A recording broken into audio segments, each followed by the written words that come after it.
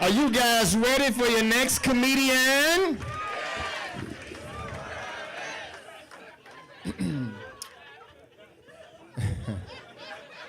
Ooh, y'all some terrible Christians in here.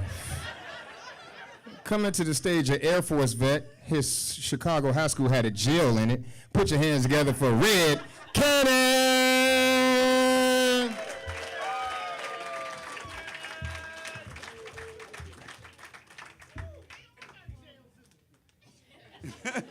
Then that's not a joke. That's a real deal. Coming to tell you about a story about a trip I had. It wasn't a very good trip. But first, before I get started, I want to let you know something personal about myself. I've been married for 37 years. 3 wives. but they all count, right? They all just said that. She said, no. What, he just talking about you?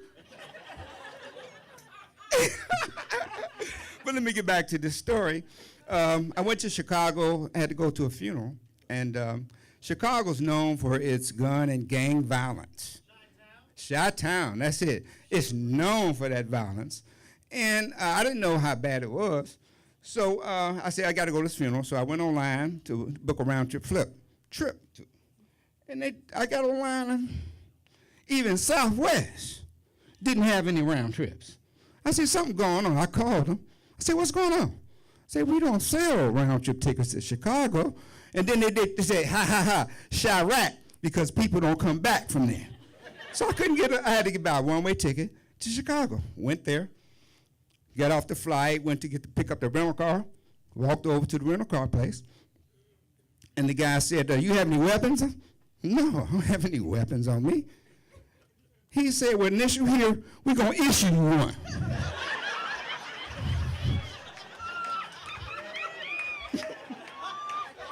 They gave me a 22, put the 22 in, and I said, man, that's great, because, you know, that's great. Y'all looking out for my protection.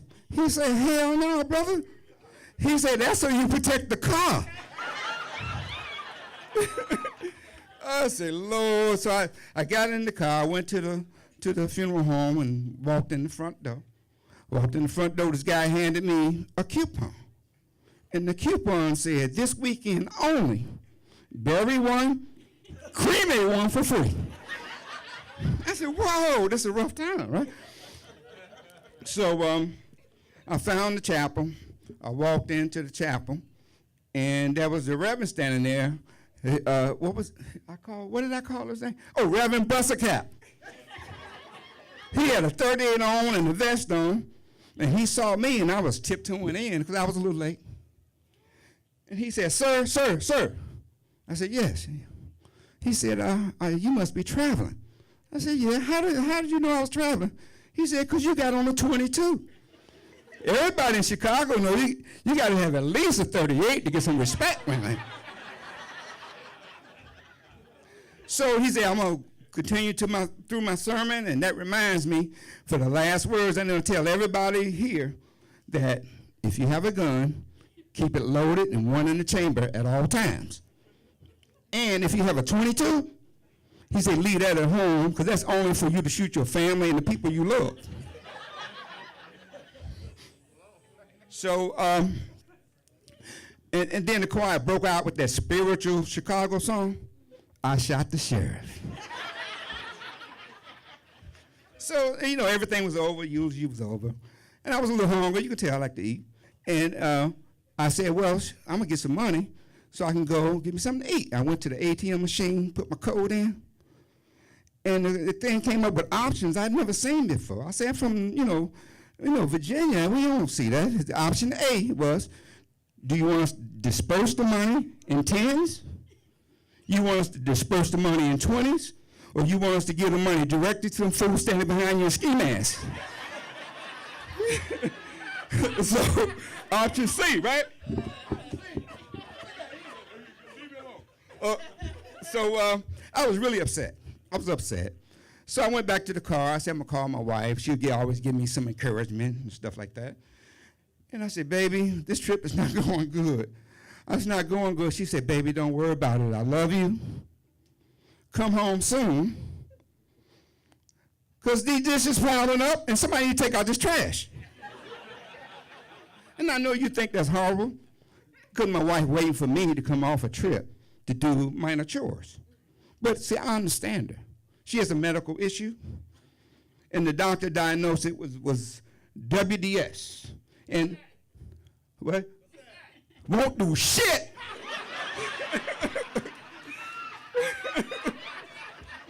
Woo! Woo!